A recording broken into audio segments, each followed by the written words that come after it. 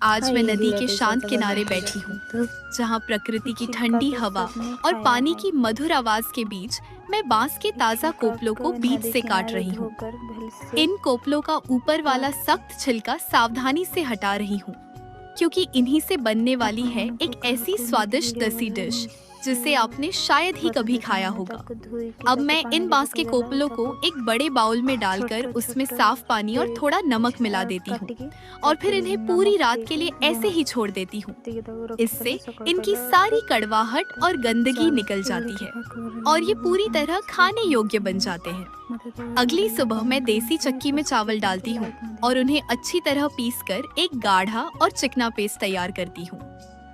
इस पेस्ट को मैं एक साफ कपड़े में डालकर पेड़ की डाल पर टांग देती हूँ और लगभग 8 से 9 घंटे तक ऐसे ही छोड़ देती हूँ, ताकि इसका सारा पानी निचुड़ जाए और सिर्फ शुद्ध भूसी बच जाए।